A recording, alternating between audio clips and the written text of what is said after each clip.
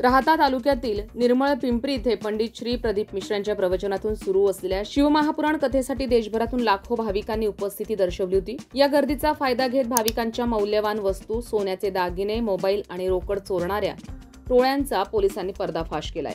शिर्डी आणि लोणी पोलिसांनी 4 दिवसांच्या कालावधीत विविध ठिकाणी केलेल्या कारवाईत एकूण 23 महिला आणि 3 पुरुष असे 26 आरोपी अटक केलेत।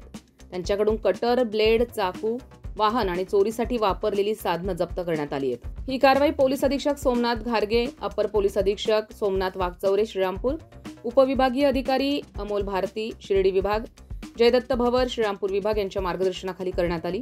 शिर्डी, राहाता, लोणी परिसरात 11 ते 15 ऑक्टोबर या कालावधीत पोलिसांनी कडक बंदोबस्त ठेवला होता।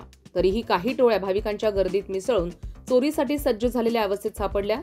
11 ऑक्टोबर रोजी शिर्डी येथील पंडित प्रदीप मिश्रा यांच्या मिरवणुकीदरम्यान 6 महिलांना पकडण्यात आलं। या सर्व महिला उत्तर प्रदेश आणि राजस्थान राज्यातील असून त्यांच्याकडे कटर आणि ब्लेड मिळालेत। तर 12 ऑक्टोबर रोजी निर्मळ पिंपरी मार्गावरील न्यू इंग्लिश शाळेजवळ 13 जण, त्यात 10 महिला आणि 3 पुरुष दरोडा घालण्याच्या तयारीत असताना लोणी पोलिसांनी पकडलेत। त्यांच्या ताब्यातून मारुती स्विफ्ट डिझायर, शस्त्र आणि रोकड मिळाली आहे। 14 ऑक्टोबर रोजी शिर्डी साईबाबा मंदिर परिसरामध्ये हरियाणा राज्यातील 6 जणांवर कारवाई झाली आहे। यापैकी 2 महिला पकडल्या गेल्या आहेत, तर 4 साथीदार गर्दीचा फायदा घेऊन पसार झालेत। 15 ऑक्टोबर रोजी निर्मळ पिंपरी येथे मुख्य प्रवेशद्वाराजवळ 5 महिला संशयितांना पकडण्यात आले।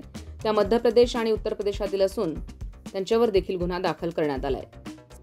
या सर्व आरोपींना नाशिक मध्यवर्ती कारागृहात रवाना करण्यात आले। अटक केलेल्यांमध्ये बहुतांश महिला असून त्या विविध राज्यातून चोरीच्या हेतूने महाराष्ट्रात आल्या असल्याचं स्पष्ट झालंय। या प्रकरणात पोलिसांच्या दक्षतेमुळे मोठ्या प्रमाणात चोरीचे प्रकार रोखले गेलेत। भाविकांकडून पोलीस प्रशासनाचं कौतुक होतंय। संविधान न्यूज साठी संदीप आसने, शिर्डी, अहिल्यानगर।